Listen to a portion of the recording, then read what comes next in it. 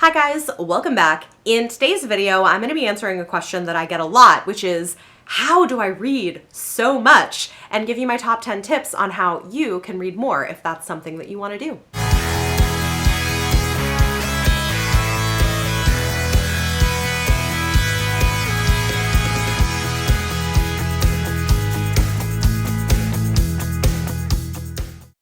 So this is a question that I get asked pretty frequently, probably because I do read a lot. I have read over 300 books a year for the past 2 years running. I love reading. I do think that I probably read a little bit faster than average, so the tips that I'm going to give you are going to help, but some of this might just be sort of baked in with the fact that I'm able to read faster. I do know there are some people who have tips for how to actually read the words on the page faster with higher comprehension, so you might want to check that out. That's not something that I'm like super familiar with, but I just want to put that out there. The other piece of this is that these tips are only things you should use if you want to. If you are looking to increase your reading and that's something that you value in your life, these are some things that you can do that might help you achieve that goal.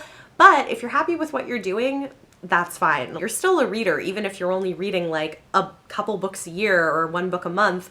That doesn't invalidate you as a reader or as somebody who loves books. This is not a thing of pressure of saying that you need to read as much as I do or should necessarily read as much as I do even. But these are some things that hopefully will help you if you are looking to increase how much you read, or if you're just curious to know how I read as much as I do. Tip number 1 is always have a book with you. This could be in any format. You could have a physical book, you could have ebooks on your phone or audiobooks, but always have something with you to read. So if you catch a moment in between things or waiting in line or commuting on a train, you have something that you can read if you're able to do so, which is going to get into one of my other tips later on. Tip number 2 is check out audiobooks. Audiobooks have seriously revolutionized my reading and how much I'm able to do.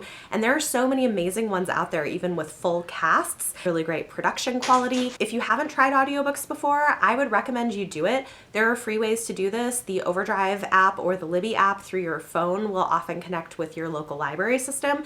And I get a lot of free audiobooks that way. I also use Scribd, I use Audible. At this point, audiobooks make up anywhere from a third to a half of my monthly reading. So a lot of the reading that I'm getting done comes from that. One other thing that I think is important to know is if you find yourself having trouble paying attention to audiobooks, try speeding it up. Not everybody, but a lot of people's reading comprehension is at talking speed, and audiobooks are performed at a much slower speed than what we would normally speak in everyday conversation. And so I find that speeding up my audiobooks makes it easier for me to listen, pay attention, comprehend the material, and also, of course, makes it quicker for me to get through them. So I would recommend trying this out. Maybe start at a lower increase, like 1.25 or 1.5 times speed, and then go up from there as you're able. In case you want to know what I do personally, most audiobooks I listen to at 2 times speed. Sometimes I'll do 2.5 times speed. There are certain narrators who speak slower or faster than others, and so I have to kind of account for that. And I will say that there are certain books where they're really dense and there's a lot of world building where I might listen to it at a slower speed at the beginning until I kind of get a handle on the world that's being created and who all the characters are, and then I'll speed it up more going on. So maybe play around with that, see what settings work for you, and see if that helps. My final tip on speed and audiobooks is sometimes I will actually physically read a book while also listening to it on audio. This can help in 2 ways. Number 1, if you're reading a book that is long and is really dragging and you're finding your attention getting scattered, listening to the audiobook while reading can sometimes help you pay closer attention and get through the book more quickly, especially if it's something that you're having trouble really paying close attention to. That's one trick that I've found can be very helpful. The other thing about this is sometimes and not everybody's going to be able to do this, but sometimes because I actually read with my eyes a little bit faster than what I can listen to with my ears, like I'm a very fast sight reader with high comprehension, if I read and listen at the same time, I can listen at 3 times speed, which is available on Audible. I know that's a little bit crazy. My husband thinks he's like, how do you even understand what they're saying? Like, I don't know, but I do. It works for me. I know it's weird, but if you are able to comprehend things at fast paces, like if you can listen to rap music and make out all of the words, for example, maybe this could work for you.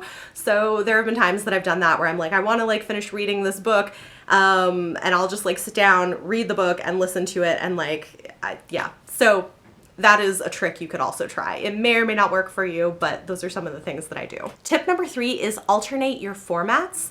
I am always reading at least 3 books at one time. I always have an audiobook, an ebook, and a physical book. Sometimes I have multiple physical books that I'm reading at the same time, but I always at least have 3. And so that way I'm able to switch between the books that I'm currently reading depending on what I'm in the mood for, what I have time to do based on what's going on in a given day. But I'm always reading at least 3 books at once in different formats. And I know a lot of readers will also alternate genres across those different formats. If you have trouble keeping track of reading, like say 2 fantasies at once, you could maybe listen to a thriller on an audiobook, read a fantasy physically, and then have like a romance ebook that you're reading, something like that. Which leads me to my 4th tip, which is alternate your genres. I find that sometimes I can get a little bit bogged down if I'm reading too much of the same thing, one right after another. And so I find certain types of genres to be good palate cleansers. So like a fluffy historical romance might be a really good palate cleanser after I read like a really heavy fantasy that's dealing with like dark themes or something. I might need a little bit of a palate cleanser, and so I would read something fun or light in between.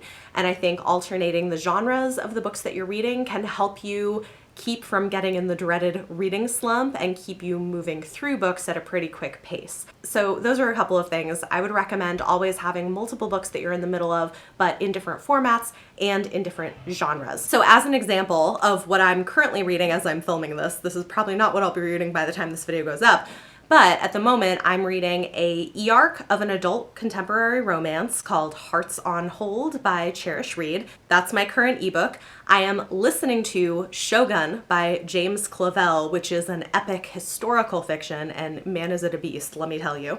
And then physically, I am currently in the middle of 2 books. One of them is a short story collection. This is A Phoenix First Must Burn, 16 Stories of Black Girl Magic, Resistance, and Hope by Patrice Caldwell.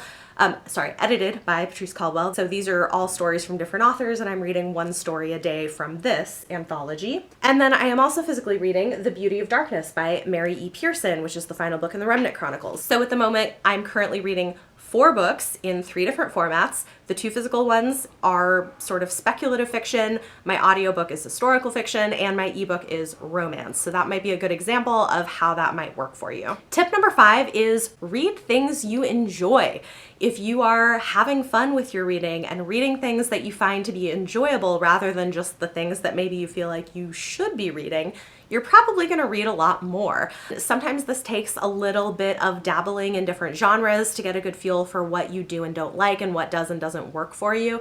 I think that for sure, since becoming a booktuber and reviewing books for other people, it has made me so much more aware of my own taste in books and where that differs from other people's taste, and has made me a better judge of finding books that I think I will actually enjoy. And part of this might be taking a chance and getting into a genre that you don't usually read. Maybe find somebody who you trust who might have good recommendations for you, and maybe try picking up a romance novel. I know I had a big stigma against reading romance, and it's only been since joining BookTube that I've become a romance reader. And while I am pretty picky, there's a lot of things I don't like in romance, I found that there are a lot of really incredible books that totally work for me, and I think there is something out there for everyone. So maybe try a new genre, try some different things. But, and this gets me to tip number 6, this is the important part, don't be afraid to DNF books. DNF means did not finish, and you really shouldn't feel like you have to finish everything you start. If you are not enjoying the experience of a book, if a book is not working for you, if it's triggering, if it's boring, if you're struggling to get through it, unless you are contractually obligated to finish that book or you have to read it for school, there's no reason for you to have to finish it. You can put it down and go find something else that is more fun. I have gotten much better about this over the years at DNFing things that I'm just not enjoying, and it is so freeing. I highly recommend it as a great practice. And again, it's going to help keep you out of a reading slump because you're not going to be stuck in the middle of a book that you hate and don't want to pick up. You'll keep reading more things because you're reading stuff that you're actually liking. Tip number 7 is find a way to make reading part of your evening or morning routine. Find a way to build this into your routine, even if it's only like a few minutes here and there. One thing that I do on most days, not all days, but many days, is once I wake up in the morning, before I get up and out of bed, I might lay in bed for like 10 or 15 minutes and read a little bit in whatever my current ebook is. And my ebooks are mostly, not exclusively, but mostly e-arcs from NetGalley, so books that I'm reading for review. And I'll get through quite a bit of them just like reading a few minutes in the morning before I get out of bed. And so that's like a possibility. Or you could make reading for 15, 20, 30 minutes before you go to bed every night part of your routine. But finding a way to build regular reading into your routine is a great way to read more, and you'd be surprised at how much you can get through if you do that. Tip number 8 is one of the biggest reasons that I read as much as I do, and that is watch less TV. I do not watch very much television.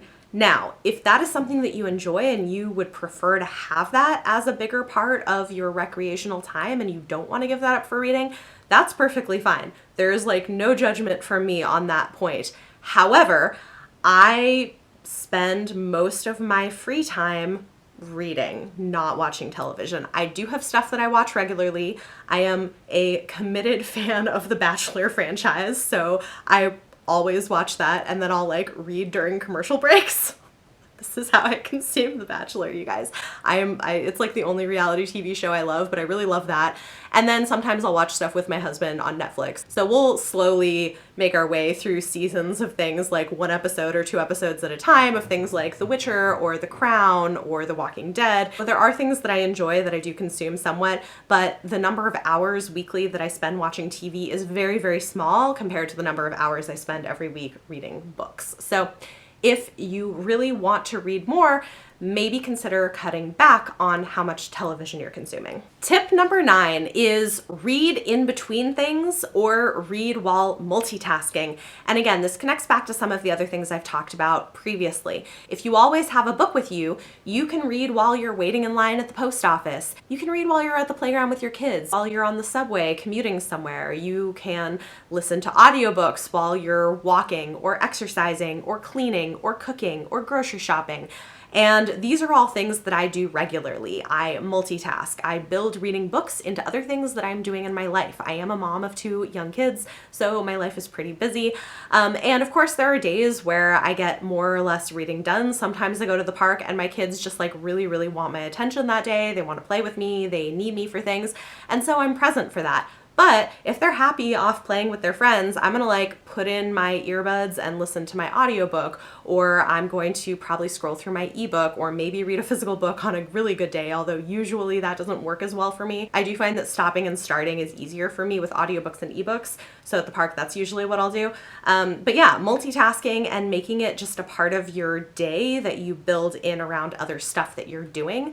That is a lot of what I do. And my final tip, if you want to read more, is participate in buddy reads or book clubs. This can be really great motivation to get through something by a specific time, and it can also kind of push you outside of your comfort zone and get you to read things that you might not have otherwise picked up. So I am currently buddy reading The Beauty of Darkness, and I'm so happy that I'm doing it. I'm reading it with Jessica Williamson, who also has a YouTube channel, and this is something that's been on my TBR for such a long time, and because it's so long, it's the end of a trilogy, but it's so long, and so I keep putting it off and putting it off because it's an older backlist title. So when I saw that this was a book she was hoping to read this year, I was like, hey, let's buddy read that because I need to read it, and having somebody else reading it with me will give me the push that I need to actually pick it up and get through it. Especially if there are books on your TBR that you've been meaning to read or wanting to get through, I highly recommend trying to join some kind of a buddy read or doing a book club because it might help push you to actually finish that book or pick up that book that has been sitting there for a while. There you go. Those are my 10 tips for how to read more if you want to.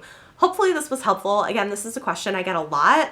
People frequently are like, oh my gosh, how do you read so much? How is this possible? It's inhuman. And I'm like, well, it's really not. There are practical reasons I'm able to do it, and this is a lot of why. I mean, yes, I do read a little bit faster than average, but more of it is all of the tips that I gave you in here of how I just build it into my day on a consistent basis. I have thought it might be fun at some point to do a reading vlog where I show you what a regular reading day for me looks like.